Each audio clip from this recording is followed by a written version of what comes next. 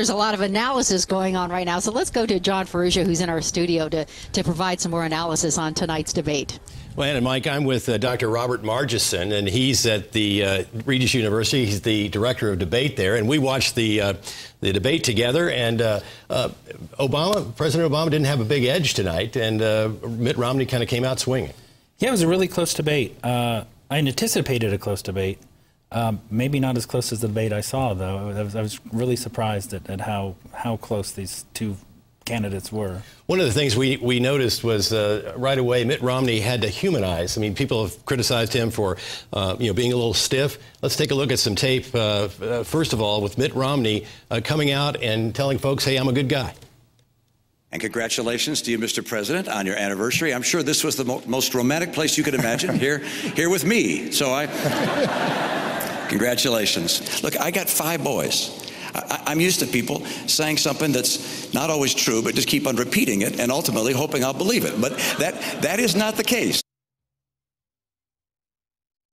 Kind of connect with us, at least, in those two instances. Yeah, I think one of the biggest criticisms that Governor Romney has had to deal with throughout this presidential campaign is that people perceive him as being very distant, not someone they can relate to, this multi-millionaire who kind of robotic. And this helped him. And I think coming out tonight, there was a few laugh-out-loud moments, honestly, that I attributed to Governor Romney. The marriage, the anniversary reference at the beginning, I thought was a little bit of humor. The 5 sons thing, I thought was a really intelligent joke. I think he humanized himself in this debate. One of the other things that he had to do was he had to come out, and he really had to have some edge tonight. He had to be an equal to President Obama, and we both felt that he really did that. But he treated it professionally. But he was on the attack. A couple of sound bites now from Governor Romney on the attack.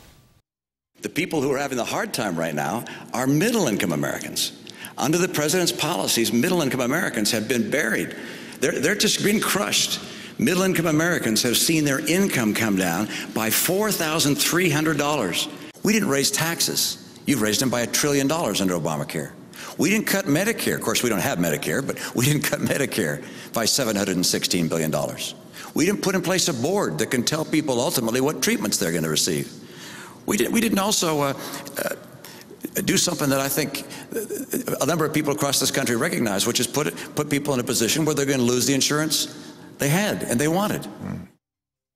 And you saw the oblique reference there to Joe Biden, of course, Vice President Biden, about crushing the middle class. Tell me about that. I think, if you're paying attention in these last few days, that Biden quote is starting to circulate and get into people's heads.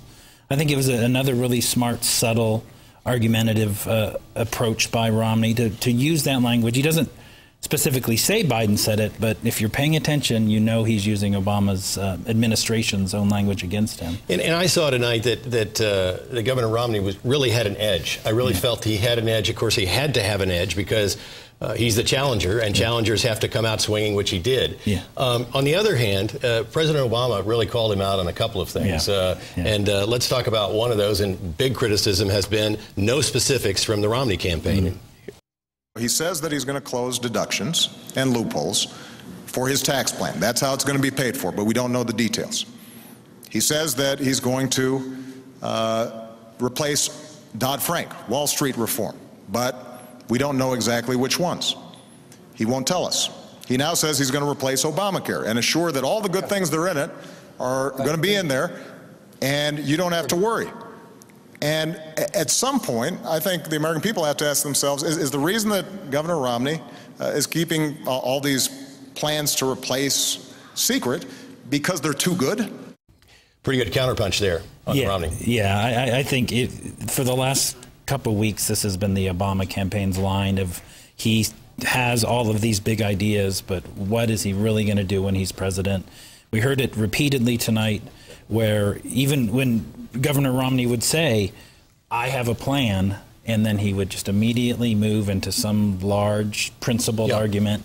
And I think it was incredibly smart for Obama, especially with undecided voters, to say, what are you going to do? Well, and that's really the trust issue. Can you trust him? Yeah. He's saying this, but can you trust him? Yeah. So it was an interesting debate tonight. We'll have more for you later, Mike and Ann, as we kind of cull through this. But both of us sitting there tonight thought that Governor Romney really was on equal footing with the president, and I think that's what you have to do if you're the challenger. Well, and I think the point is they were able to point out some very specific differences between the two candidates, and I think that that's what people at home wanted to see. They want to really make an educated decision. John, we will check back with you. Thank you.